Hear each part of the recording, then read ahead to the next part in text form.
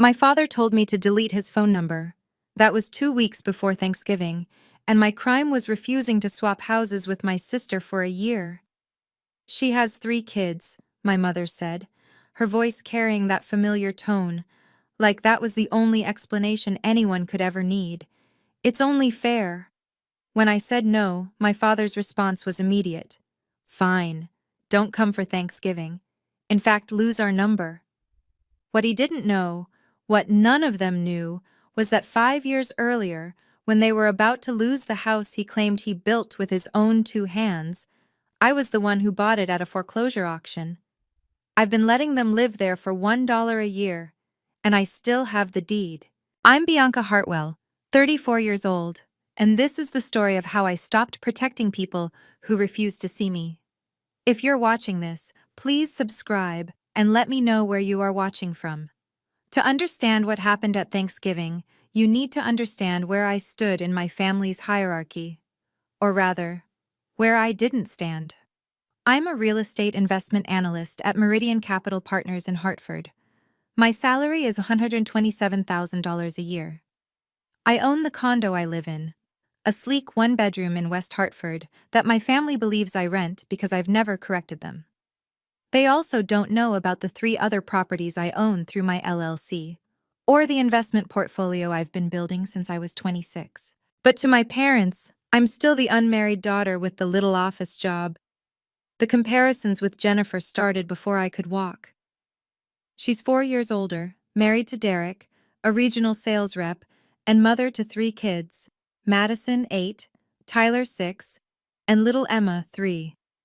In my family's math, that makes her infinitely more valuable than me. I remember my 30th birthday. I just closed a $2.3 million deal at work, my biggest yet. I waited all day for a call from my parents. Nothing. A week later, my mother finally remembered. Oh, we meant to call, honey, but we were busy taking Madison to the orthodontist. You understand? I understood perfectly. Every family gathering, I was the one who stayed late to clean the dishes. Every holiday, I contributed $500 to the family fund, while Jennifer contributed excuses about diapers and school supplies. No one ever said thank you. No one even noticed. The worst part? I let it happen. Year after year, I showed up, smiled, helped, and swallowed every comparison like it was medicine I deserved. Then came the phone call that changed everything. November 14th, 2024. A Thursday evening. I was reviewing a property assessment when my phone lit up with my mother's name and a heart emoji I'd added years ago, back when I still believed the symbol meant something. Bianca, honey, we need to talk about Thanksgiving. I set down my pen. Sure, Mom, what's up? Well, it's about Jennifer. You know how cramped their house is with 3 kids now. Derek's been working extra shifts, and they really need more space. She paused, and I heard the particular intake of breath that always preceded an unreasonable request. We think you should swap houses with her, just for a year. I blinked at the wall of my office. Swap houses?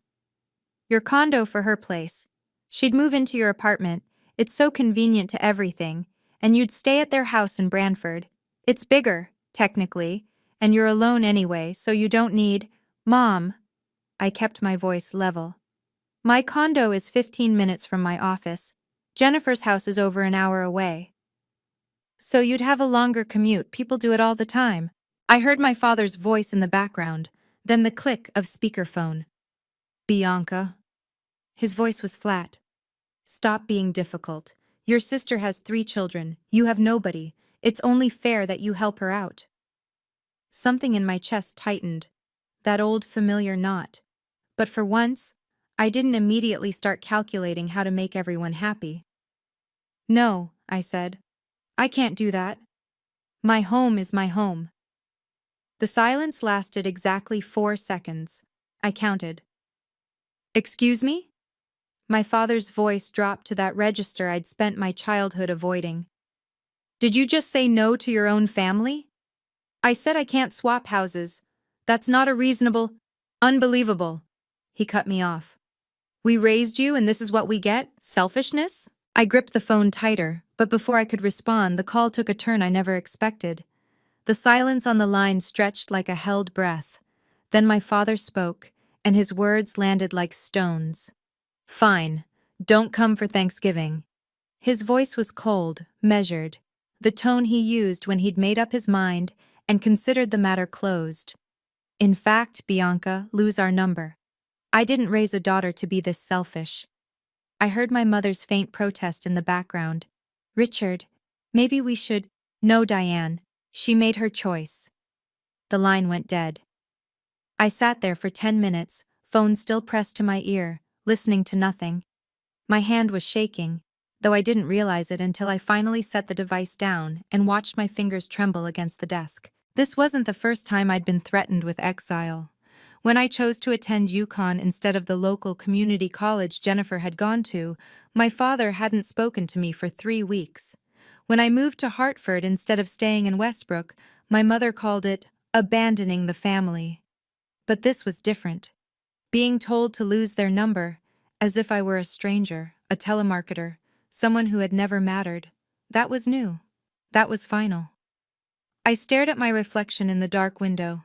34 years old, successful career, financial independence, and my father had just told me I didn't exist anymore. My eyes drifted to the stack of folders on my desk, and one caught my attention.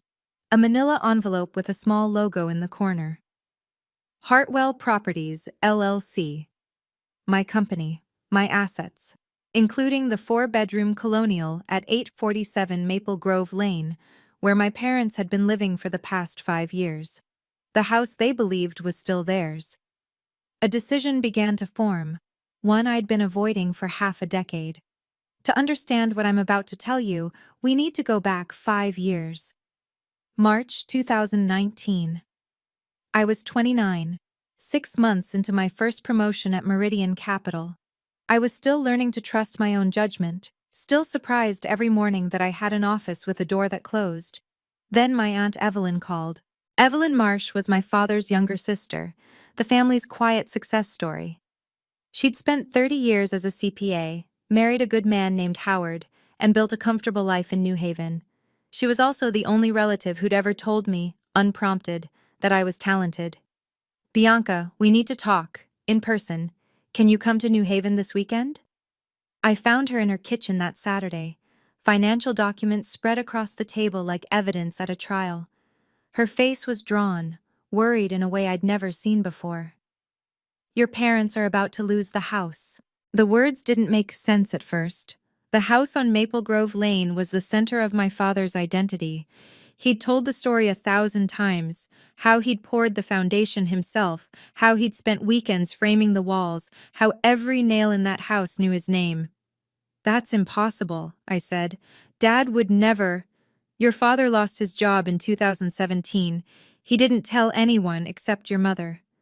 Evelyn slid a document across the table. They've missed 18 months of mortgage payments. The bank sent a foreclosure notice last month. I stared at the First National Bank of Connecticut letterhead. The numbers blurred. $312,000 outstanding. Auction scheduled for March 15th. Why didn't they ask for help? Evelyn's smile was sad. You know your father. His pride would rather let him drown than admit he's in the water. What about Jennifer? Does she know? No one knows. Richard made Diane promise. She reached across the table and took my hand. But I know you, Bianca. I know you have savings, and I know you're the only one in this family who could actually do something. I looked at the foreclosure notice again, March 15th, 10 days away. They'd never accept help from me, I said. Dad would rather lose the house than admit I saved him. Evelyn nodded slowly.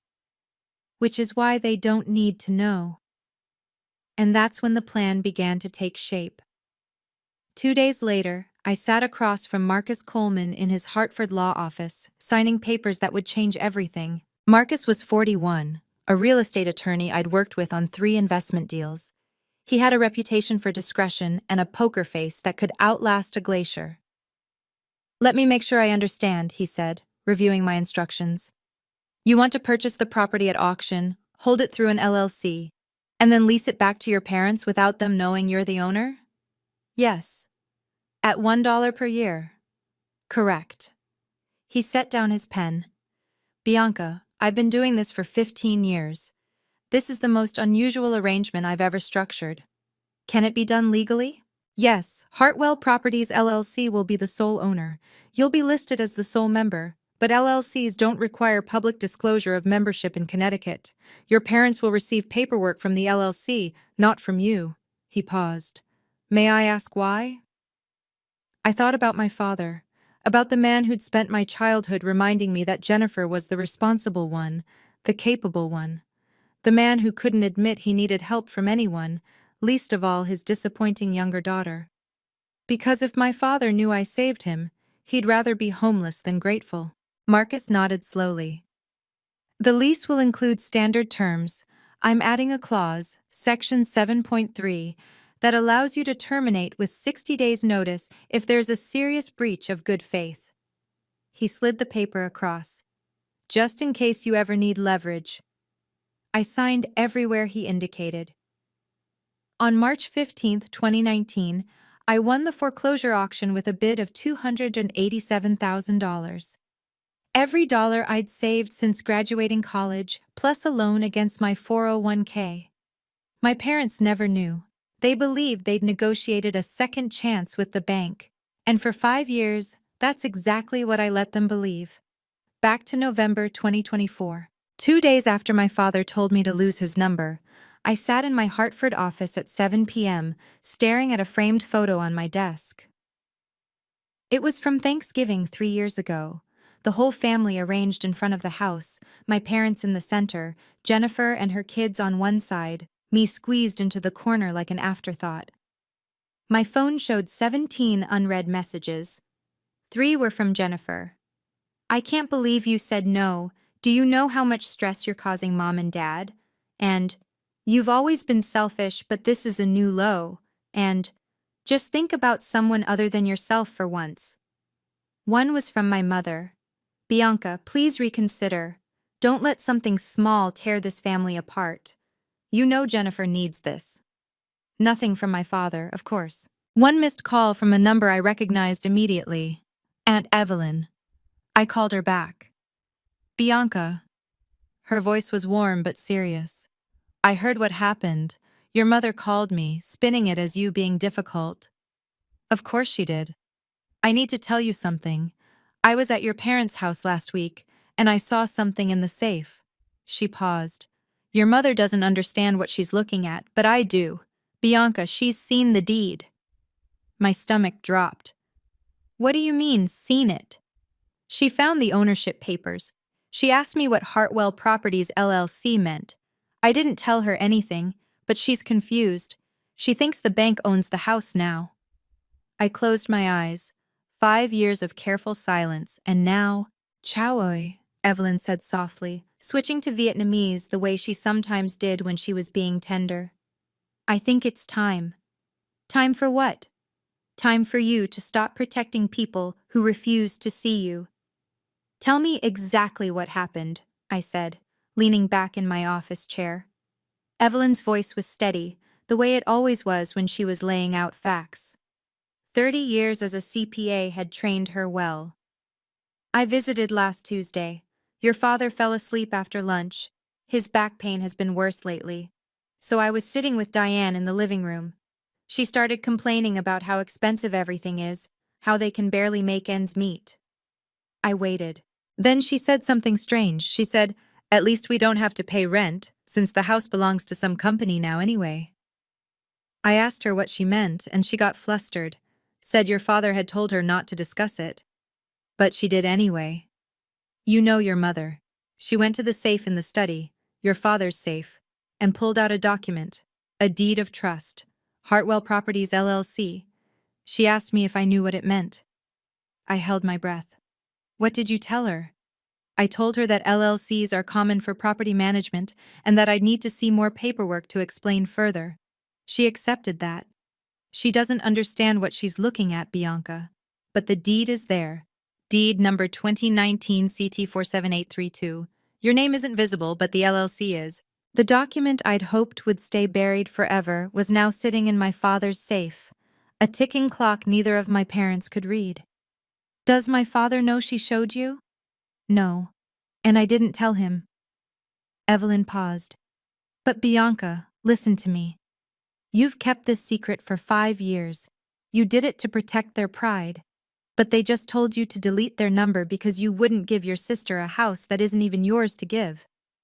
Silence. The way I see it, she continued, you have 2 choices. Keep protecting them and lose yourself, or tell the truth and see who they really are. I stared at the Hartwell Properties folder on my desk. I think I already know who they are. Then maybe it's time they knew who you are. 10 days before Thanksgiving. The silence from my parents was absolute. No calls, no texts, no olive branches.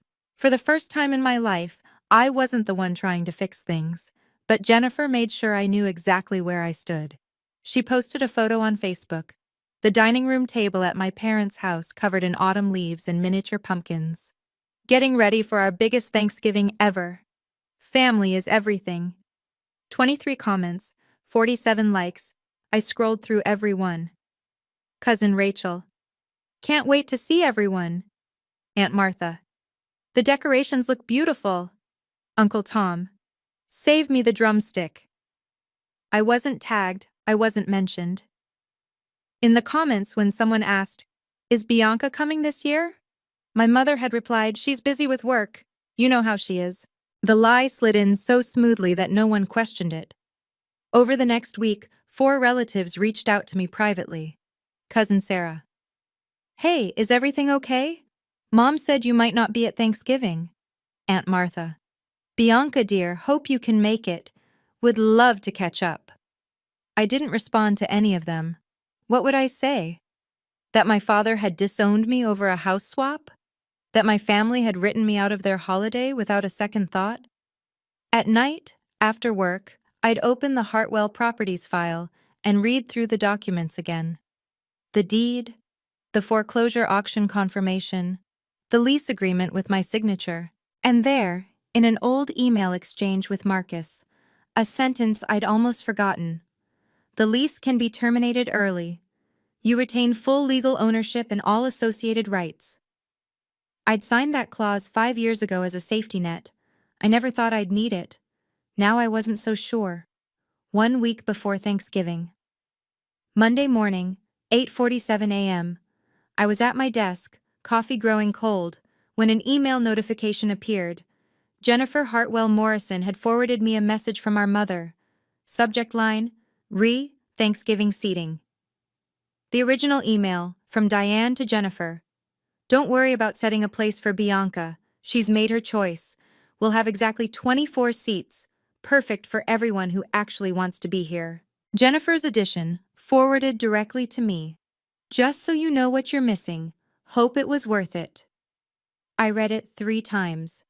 24 seats. I'd been erased from the count. Not just uninvited. I'd been architecturally removed, like a wall no one needed anymore. Something shifted in my chest. Not the familiar ache of rejection, but something colder, clearer. I picked up my phone and called Marcus Coleman. Bianca? His voice was professionally neutral. Everything okay with the properties? I need you to prepare some documents for me. The full ownership file for 847 Maple Grove Lane, certified copies of the deed, the original foreclosure auction confirmation, and the current lease agreement. A pause. All of them? All of them. And Marcus, I'm going to need them by Wednesday. May I ask what's happening? I looked at the email still glowing on my screen. 24 seats. I'm going home for Thanksgiving. The silence on his end lasted 3 full seconds. You understand, he said carefully, that if you present these documents, there's no going back. Your parents will know everything. I understand. And you're certain this is what you want? I thought about 5 years of silence, 5 years of $1 rent and holiday contributions, and cleaning up after everyone and being compared to my sister, and being told I was selfish for wanting to keep my own home. I'm certain, I said. They told me to lose their number. I think I'll lose their house keys instead. I booked a flight to Connecticut that afternoon. If you've made it this far, I want to ask you something. Have you ever had to choose between keeping the peace in your family and keeping your self-respect? I'd love to hear your story. Drop a comment below. I read every single one. And if you want to know what happened when I walked into that Thanksgiving dinner, subscribe and hit the notification bell so you don't miss the rest. Trust me, you're going to want to see their faces. Marcus Coleman's office was on the 7th floor of a glass building in downtown Hartford, the kind of place where everything was polished and nothing was accidental. I arrived Tuesday afternoon, 3 days before Thanksgiving. He was waiting with a navy blue folder thick with documents. Everything's here, he said, spreading the contents across his desk. Certified copy of Deed of Trust number 2019 CT 47832, naming Hartwell Properties LLC as sole owner. You're listed as the sole member. He tapped the next document. Foreclosure auction confirmation from First National Bank of Connecticut, dated March 15, 2019. Winning bid, $287,000, paid in full. I studied the bank's letterhead, the official stamps, the proof of a transaction that had saved my parents and cost me everything I'd worked for. And this, Marcus continued, is the lease agreement. 5-year term, automatic renewal, $1 per year. He paused on a highlighted section. Section 7.3, which we discussed at signing, the termination clause. I read the language again. Owner may terminate this agreement with 60 days written notice upon any serious breach of conduct or good faith by the tenant. Legally, Marcus said, you have every right to be there. You have every right to present this information, and you have every right to modify or terminate the lease at any time. I'm not planning to evict them. He nodded slowly. Then what are you planning? I gathered the documents and slid them into the folder. They think the house is theirs. They think I'm the family disappointment. They think they can tell me to disappear because I won't trade my home for my sister's convenience. I stood up. I'm going to show them who actually holds the deed. Marcus handed me one more document, a blank termination notice. Just in case, he said. I took it without signing. Wednesday evening, I drove from Hartford to New Haven. Evelyn's house was a modest Cape Cod on a quiet street lined with bare maple trees. She'd lived there for 32 years, first with Uncle Howard, and now alone since his passing in 2021. The porch light was already on when I pulled into the driveway. You came, she said, pulling me into a hug at the door. You knew I would. We sat in her living room, the same room where she'd first shown me my father's foreclosure notice 5 years ago. The tea she made was too strong, exactly the way she'd always made it. I'll be there tomorrow, Evelyn said.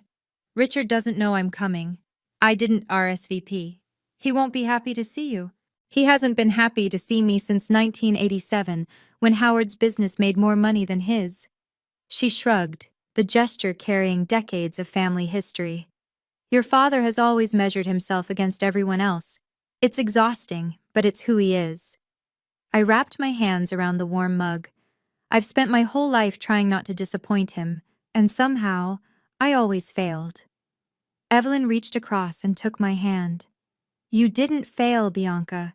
You were never going to succeed because the game was rigged. Jennifer could do no wrong. You could do no right. That was decided before you could walk. So why did you help me save them? Because helping them was never about them. It was about who you wanted to be. She squeezed my fingers. And tomorrow, it's about who you are now. We ate dinner together. Roasted chicken, green beans, the comfort food of my childhood visits. For the first time in weeks, my shoulders didn't feel like they were carrying stones. Tomorrow, everything would change. Thanksgiving Eve. I checked into a hotel 15 minutes from Maple Grove Lane. The room was generic, beige walls, stiff white sheets, a window overlooking the parking lot. I'd stayed in 100 rooms like it during work trips, but this one felt different. This one was the waiting room before the verdict. My phone sat silent on the nightstand. 0 messages from my parents, 0 from Jennifer. It was as if I'd already vanished. But other notifications had piled up. Cousin Sarah. Heading to Westbrook tomorrow, will you be there? Aunt Martha. Bianca, dear, I heard you might not make it. Everything okay? I didn't respond to any of them. Not yet. What could I say that wouldn't require explaining everything? I unpacked the Navy folder and spread the documents across the bed.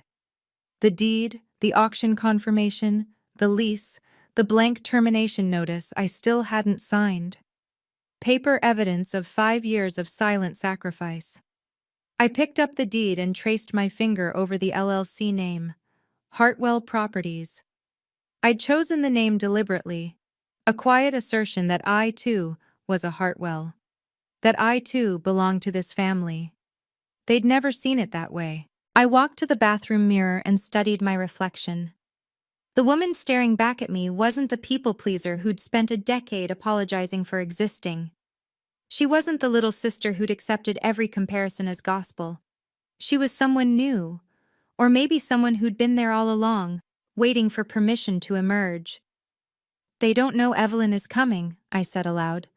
That's surprise number 1. I gathered the documents and placed them carefully in my bag. Tomorrow, I would be surprise number 2. November 28th, 2024. Thanksgiving Day. I know what was happening at 847 Maple Grove Lane that morning, because I've attended enough of these gatherings to recite the script by heart. 5:00 a.m. My mother, Diane, would have risen in the dark to start the turkey. The 24-pound bird she'd ordered from Patterson's butcher shop, the same size, every year since 1999. 7:00 a.m. My father, Richard, would have taken his position at the head of the dining room table, nursing black coffee and surveying his domain. The house he built with his own hands, the family he commanded, the holiday he controlled. 10:00 a.m. Jennifer and Derek would have arrived with the children, Madison already complaining about her dress, Tyler asking when they could eat, little Emma clutching her stuffed rabbit. Jennifer would have swept into the kitchen and started issuing orders to our mother. No, the cranberries go in the blue bowl, because Jennifer had inherited our father's need to control without inheriting his actual authority. By noon, the first guests would have trickled in. Uncle Tom and his wife Patricia, Aunt Martha, widowed now, bringing her famous sweet potato casserole. Cousins I saw once a year, the Hendersons from next door, who'd known my parents for 30 years. 23 people by my count, not including my parents. 24 chairs arranged around the extended dining table, the card table for the kids, the folding chairs borrowed from the church. No chair for me. I'd already been erased from the seating chart. At exactly 1:45 p.m., while I was still sitting in my hotel room reviewing my documents one final time, Evelyn Marsh rang the doorbell at 847 Maple Grove Lane. She hadn't RSVP'd, she hadn't called ahead, and from what she told me later, the look on my mother's face when she opened the door was worth the 45-minute drive. Evelyn? Diane's voice carried 15 years of tension. We didn't know you were coming. Thanksgiving is for family, Evelyn said, stepping inside. I'm still family, aren't I? I know this part of the story secondhand, from Evelyn's account later that evening.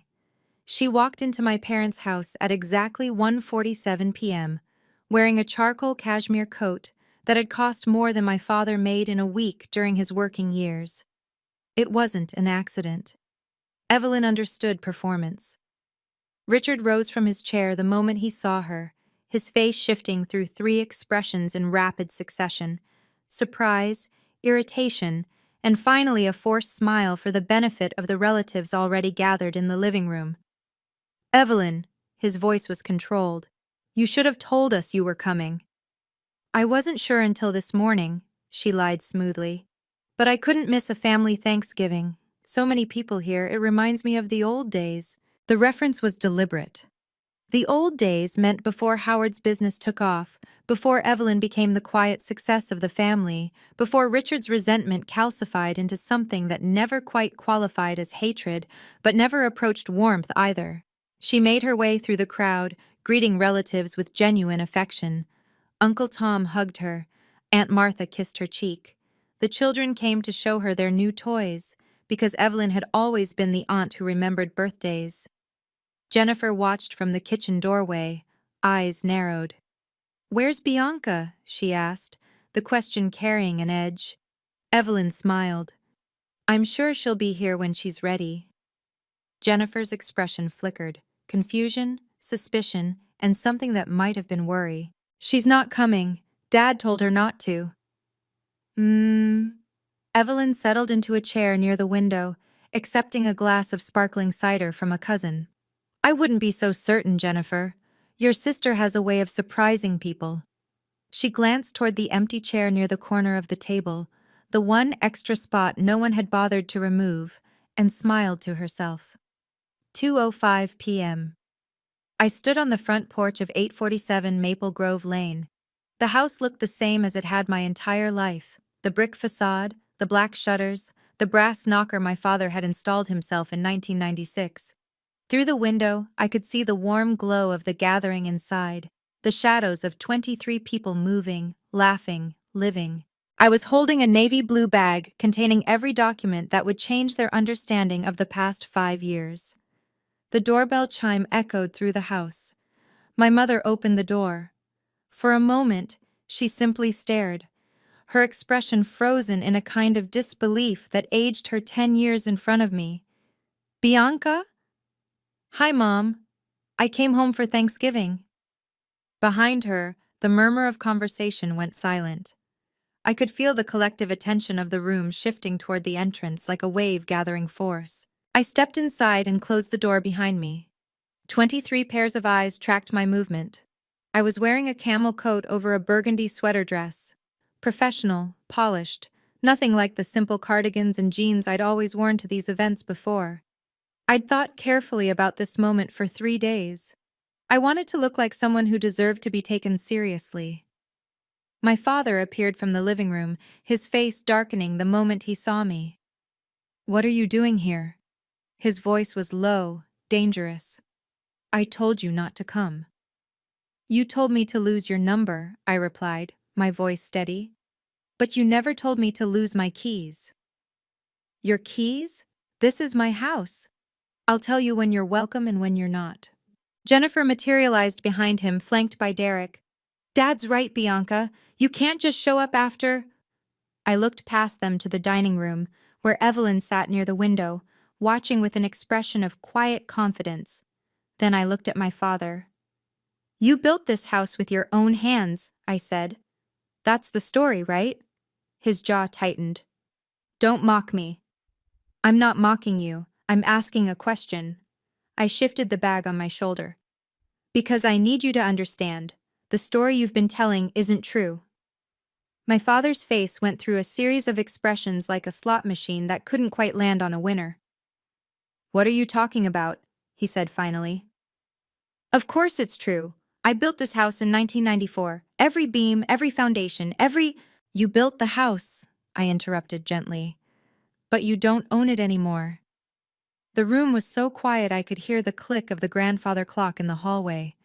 Jennifer laughed, a sharp, uncomfortable sound. "Now you're just embarrassing yourself. What, you're going to lie to everyone here because you're mad at us?" Uncle Tom shifted in his seat. "Richard, what's she talking about?" My father straightened, his shoulders squaring the way they always did when his pride was at stake. "She's talking nonsense. I don't know what's gotten into her, but this is exactly why I said she shouldn't come. She's always been jealous of Jennifer, always trying to start drama." "I'm not starting drama," I said. "I'm ending it." I opened my bag and withdrew the navy folder. The rustle of paper seemed unnaturally loud in the silence. "In 2019, I continued, this house went into foreclosure. The mortgage hadn't been paid in 18 months.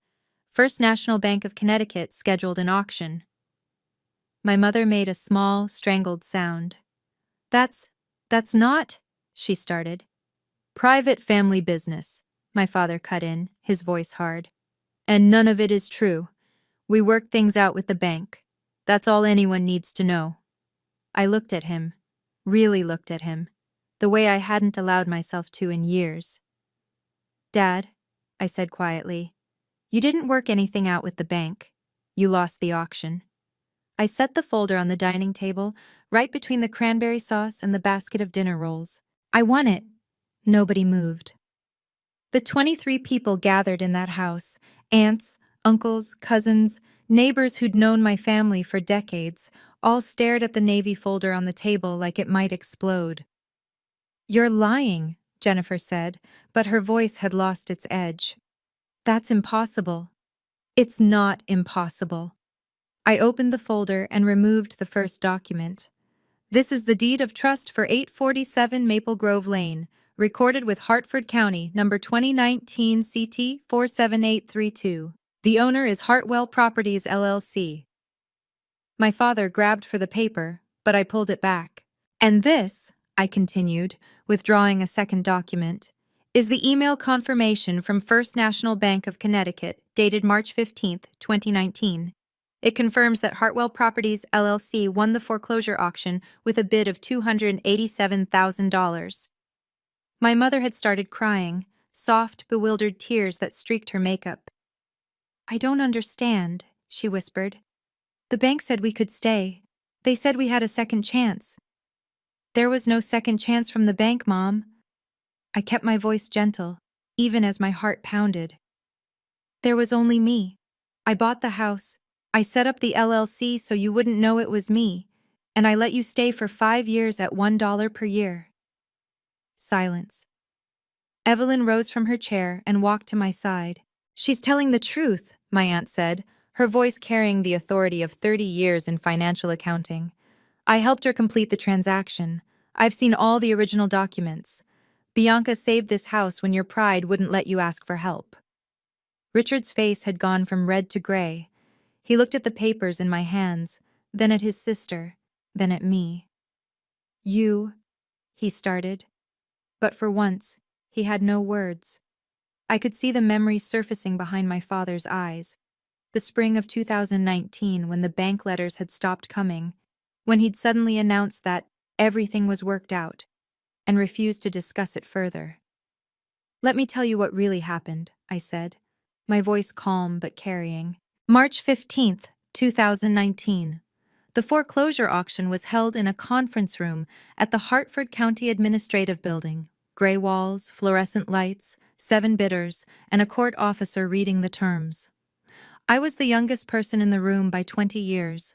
I'd worn my best suit, the one I'd bought for my first job interview at Meridian Capital. My hands were shaking, but I kept them clasped together so no one would notice. The opening bid was $180,000, I continued, looking at my father. There were 3 other serious bidders: a real estate investor from New Haven, a house flipping company, and me. The bidding had gone quickly. $200,000, $220,000, $250,000. Each time I raised my paddle, I felt another year of savings disappear. When it hit $280,000, the investor dropped out. The flipping company bid $285,000. I paused. I bid $287,000, everything I had. The court officer had looked at me like I was crazy, a 29-year-old in a 2-new suit bidding her entire net worth on a house in Westbrook. Sold to bidder number 23, Hartwell Properties, LLC. Back in the dining room, I placed the bank's confirmation email on the table. The header was unmistakable. First National Bank of Connecticut. The subject line, Foreclosure Auction Confirmation. Property, 847 Maple Grove Lane. I bought this house to save you, I said. I set up the LLC so you could keep your pride. I charged you $1 a year so you'd never have to thank me, never even have to know. Jennifer looked like she'd been slapped. Uncle Tom had picked up the email and was reading it carefully, his lawyer's eyes scanning every line. This is real, he said quietly. Richard, this is real. My father still hadn't spoken. The silence in that dining room lasted exactly 11 seconds. I counted every one. Then the narrative my father had built over 25 years began to collapse.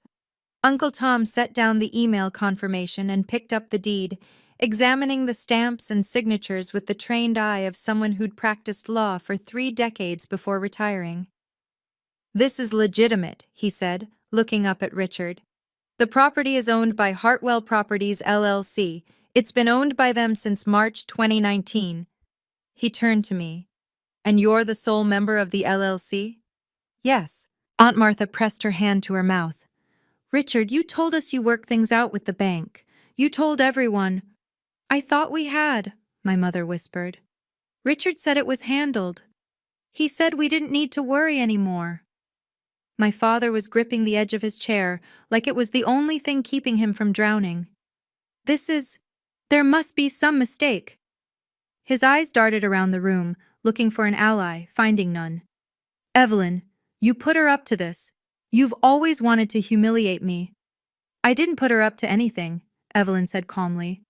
"I told her about the foreclosure because I thought she deserved to know. What she did with that information was her choice." Cousin Sarah, who'd been standing near the kitchen, spoke up. "Wait, so Bianca's been paying for this house the whole time? And you didn't know?" "Nobody knew," I said. That was the point. Jennifer's voice cut through the murmurs. "Then why tell us now? Why humiliate everyone like this?" I turned to look at my sister, really look at her. "Because 2 weeks ago, Dad told me to lose his number, because I wouldn't give you a house that was never mine to give." I held her gaze. And I realized, I've been protecting people who don't even see me. Evelyn stepped forward, her CPA voice cutting through the room's confusion with the precision of a scalpel. "Let me make something absolutely clear," she said. "I've seen every document related to this transaction. I witnessed the formation of the LLC. I was present when Bianca signed the paperwork at Marcus Coleman's office. He's a real estate attorney in Hartford if anyone wants to verify." She looked directly at her brother. "Richard, in March 2019, you were $312,000 in debt. You hadn't made a mortgage payment in 18 months. The bank had sent 3 final notices, and you ignored all of them." She let that land. "Bianca used $287,000, every dollar she'd saved in 7 years of working, to buy this house at auction. She could have let it go to strangers. She could have let you lose everything. Instead, she saved you." My mother was sobbing now, her shoulders shaking. "And in return," Evelyn continued, her voice harder, "she got to hear you call her selfish. She got excluded from family photos. She got compared to Jennifer at every opportunity. And 2 weeks ago, you told her to delete your number because she wouldn't hand over her own home to accommodate your favorite daughter." The word hung in the air. Favorite. Jennifer flinched. "That's not—" she started. "Yes, it is," Evelyn said. "And everyone in this room knows it. The only difference is that today, you can't pretend otherwise." Richard finally looked up. His face had aged 10 years in the last 10 minutes. "I didn't know," he said. His voice cracked. "I didn't know it was her." "Would it have mattered?" I asked quietly. He didn't answer.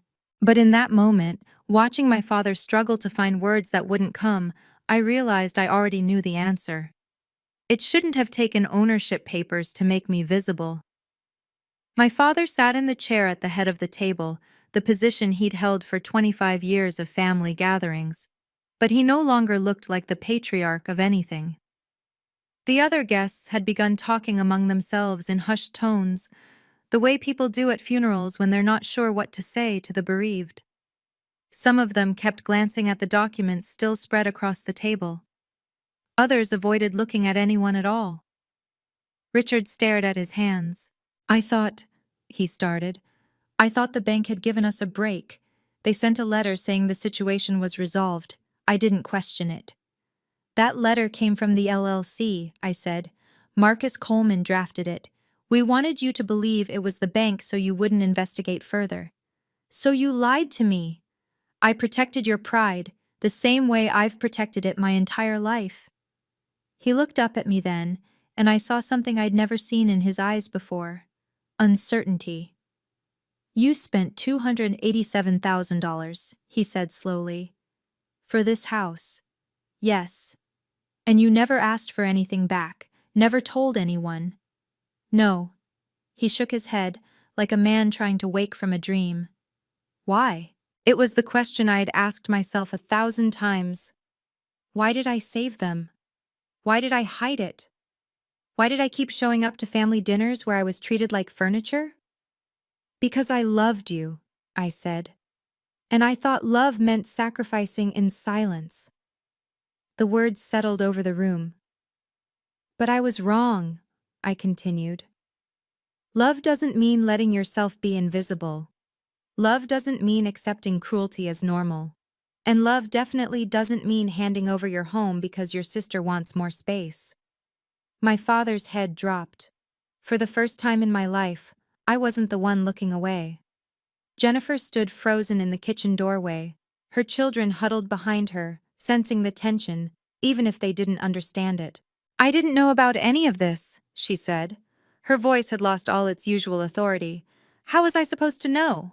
You weren't, I replied. But you didn't need to know about the foreclosure to treat me decently. You didn't need financial records to stop comparing yourself to me at every opportunity. I never.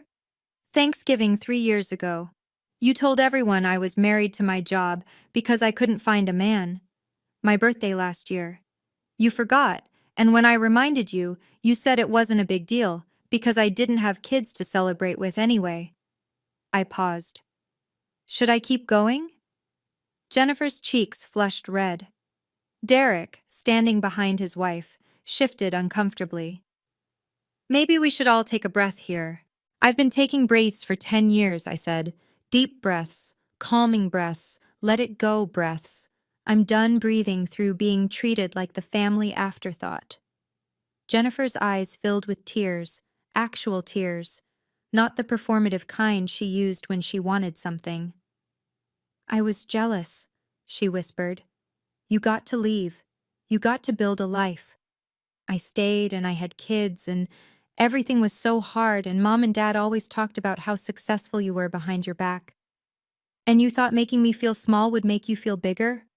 She didn't answer. She didn't have to.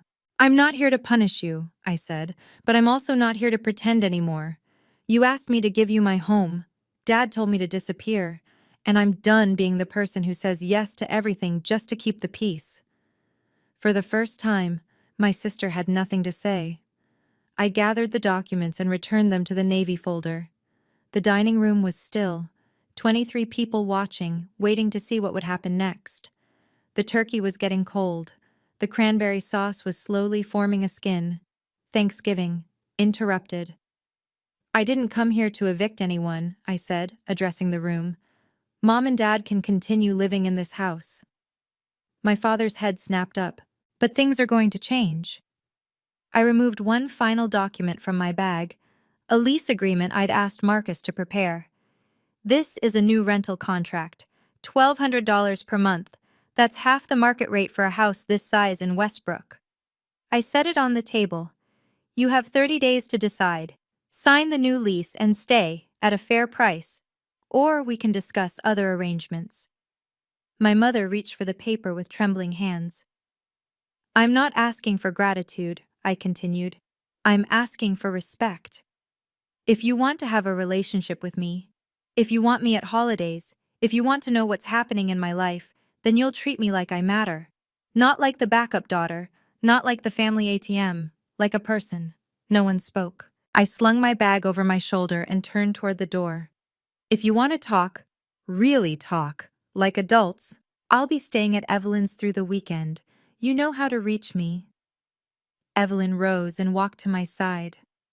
At the door, I paused and looked back at my father. He was still sitting in his chair, staring at the lease agreement like it was written in a language he didn't understand. I love you, I said. But love isn't the same as accepting abuse. Not anymore. And I walked out into the November cold. Evelyn drove. I couldn't trust my hands not to shake. For the first 15 minutes, neither of us spoke. The Connecticut suburbs scrolled past, bare trees, brown lawns, houses with Thanksgiving decorations still cheerful in their windows. Normal families having normal holidays. I wondered how many of those normal families had secrets like ours.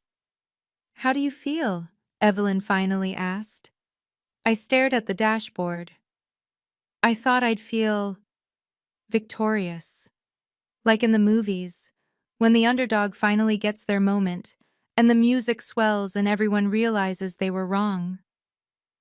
And instead, I feel tired. The word came out heavy. Just really, really tired. Evelyn nodded. That is what setting boundaries feels like at first. It's not euphoria, it's exhaustion.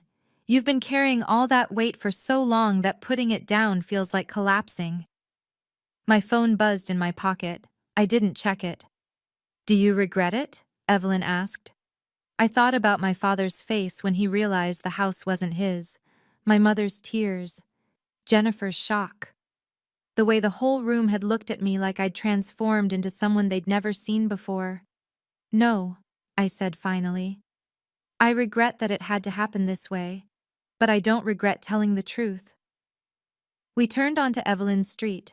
The porch light was on, the way it always was. "What happens now?"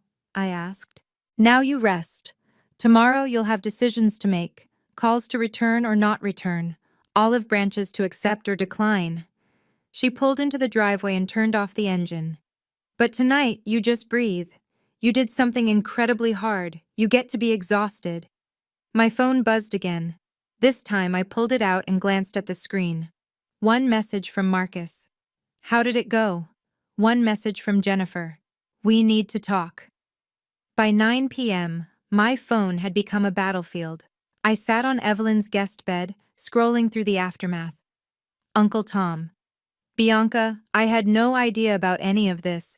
Your father kept everything close to his chest, as always. If you need anything, legal advice, someone to talk to, I'm here." Aunt Martha.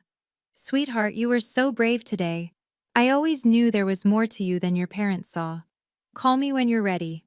Cousin Sarah. "I'm shook. Literally shook.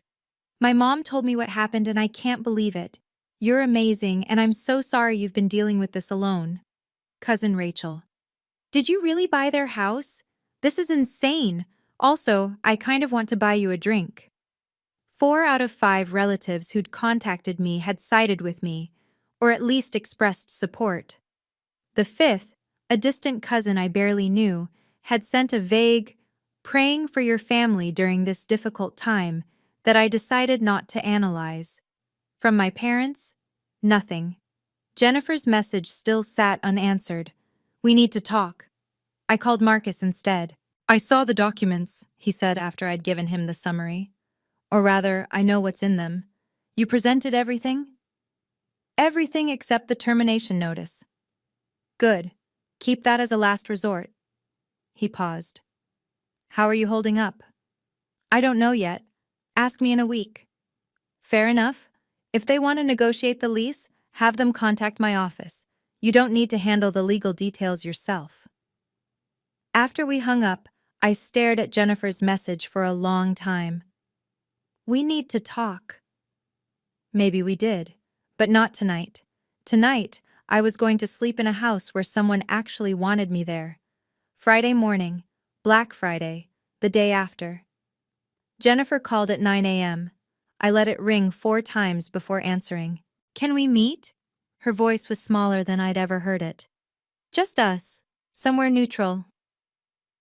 An hour later, we sat across from each other in a coffee shop in downtown Westbrook, the kind of generic chain where no one from our family ever went. Jennifer looked like she hadn't slept. Her makeup was minimal, her hair pulled back in a hasty ponytail. Without her usual polish, she looked more like the sister I remembered from childhood, before the competition, before the comparisons. "I didn't know about the foreclosure," she said immediately. "I swear, Bianca, Dad never told anyone." "I know." "Then why—" She stopped, started again. "Why didn't you ever say anything? All these years you let us treat you like… Like what? She looked down at her untouched latte. Like you didn't matter. The words hung between us. Because I was afraid, I said finally. Afraid that if I stood up for myself, I'd lose the only family I had. Even if that family made me feel invisible. Jennifer's eyes were wet. I was jealous of you. You know that, right? You got out. You built a career. You didn't have 3 kids pulling at you every second. I resented you for having freedom I gave up. And so you punished me for it. Yes. She said it simply, without excuse. I did. We sat in silence for a long moment. I'm sorry, Jennifer said. I know that's not enough, but I'm sorry. I didn't tell her it was okay. It wasn't, not yet. But I didn't walk away either. Sorry is a start, I said. But it's just a start. What happens next is what actually matters. Sunday afternoon, 2 days after Thanksgiving. I was reading in Evelyn's living room when my phone rang. My mother's name on the screen. Bianca. Her voice was raw, like she'd been crying for 2 days straight. Your father wants to talk. Can you come to the phone? A shuffle. Then, Bianca. My father's voice. The man who'd told me to lose his number. Dad. Silence stretched for 10 seconds. I didn't feel it. I didn't know, he finally said. I didn't know it was you. All this time I thought the bank… I know what you thought. Another long pause. I was wrong. The words came out like they were being extracted with pliers. About the foreclosure, about how I treated you, about… He trailed off. About telling me to disappear? I heard him take a breath. Yes, that too. It wasn't quite an apology, but it was the closest my father had ever come to admitting fault in 62 years of living. Your mother and I talked about the new lease. We'll sign it, the $1,200 a month. He paused. If that's still an option. It's an option. And we want to see you when you're ready. If you're ready. I looked at Evelyn, who was watching from the kitchen doorway. She gave me a small nod. I'm not ready yet, I said. But I might be. Eventually. That's fair. His voice cracked slightly. Bianca, I spent my whole life being afraid of looking weak. I didn't know it was making me cruel. I didn't know what I was doing to you. Then maybe, I said quietly, it's time you learned. I hung up before he could respond, but for the first time in my life, the silence didn't feel like defeat. If you've made it this far, I want to ask you, have you ever been the family member who gave everything and got nothing back? The one who showed up, helped out, and was still somehow the villain? Tell me your story in the comments. I read every single one, and I promise, you're not alone. And if you want to know how my family changed after that Thanksgiving, whether my father actually kept his word, whether Jennifer became the sister I'd always wanted, hit subscribe and stay tuned. This story isn't over yet. December 14th, 2024. 2.5 weeks after Thanksgiving. Marcus Coleman's conference room was all glass and chrome, the kind of space that made everything feel official, permanent. My parents sat on one side of the table. Marcus and I sat on the other. The lease agreement lay between us, 3 copies printed on crisp white paper. My father looked older than he had at Thanksgiving. The past few weeks had stripped away some of the bluster, left behind a 62-year-old man who was finally seeing himself clearly. Before we sign, Marcus said, I want to confirm that everyone understands the terms. $1,200 per month, payable on the first of each month. 2-year lease with option to renew. Standard maintenance responsibilities for the tenants. Any questions? My father shook his head. My mother reached across the table and touched my hand. Thank you, she whispered, for not putting us on the street, for giving us another chance. This isn't charity, I said gently. This is a fair arrangement. You'll be paying rent. I'll be the landlord. That's a business relationship. I know, but it's It's also you not giving up on us. After everything. I didn't know what to say to that, so I just nodded. Richard picked up the pen and signed his name on the first lease. Careful, deliberate strokes. Diane signed beside him. Marcus notarized each copy. When it was done, we stood outside the office building, the December wind cutting through our coats. "We'll do better," my father said. It was the closest he'd ever come to a promise. "I don't know how yet, but we'll try." I looked at him, really looked, and saw something I'd never seen before: effort. "Trying is a start," I said, and for the first time, I believed it might be enough. I drove back to New Haven that evening to see Evelyn before returning to Hartford. Her house smelled like cinnamon and wood smoke. The fireplace had been lit, and she'd made tea the way she always did, strong enough to stand a spoon in. "So it's done," she said, settling into her armchair. "The lease is signed. They'll start paying in January." "And how do you feel?" I wrapped my hands around the warm mug. "Lighter, like I've been carrying a suitcase I didn't even know I was holding, and I finally set it down." Evelyn smiled. "You know, I never did the same with Richard. All those years of his condescension, his little comments about Howard's success. I just smiled and let it go." "Why?" "Because I told myself it was easier. Because I convinced myself that keeping the peace was more important than keeping my dignity." She shook her head slowly. "I was wrong. The peace I kept wasn't peace at all. It was just silence." I thought about my own years of silence, the swallowed hurt, the unacknowledged contributions, the constant choosing of family harmony over self-respect. "You did something I never could," Evelyn continued. "You stood in that room and told the truth, even though it would have been easier to stay quiet. That took courage I didn't have at your age." "I learned from you," I said. "You were the one who told me about the foreclosure. You gave me the choice. I gave you information. The courage was yours." We sat together in comfortable silence, the fire crackling softly. "What happens now?" Evelyn asked. "I go back to Hartford. I go back to work. I build a life that's actually mine, not one I've been performing for other people." "That sounds like a good plan." "It sounds like freedom." March 2025, 3 months after Thanksgiving. The promotion came through on a Tuesday afternoon. Senior analyst, effective immediately. Salary, $145,000. Private office with a window. The recognition I'd been working toward for 5 years. I celebrated alone that evening with a glass of wine and a quiet sense of satisfaction. No need to call home and wait for approval that would never come. No need to wonder if they'd find a way to diminish it. The achievement was mine, and that was enough. Other changes had accumulated, smaller, but no less significant. My 5th investment property closed in February, a duplex in Hartford's West End that I'd been watching for 18 months. The portfolio I'd built in secret was becoming harder to hide, not that I was trying anymore.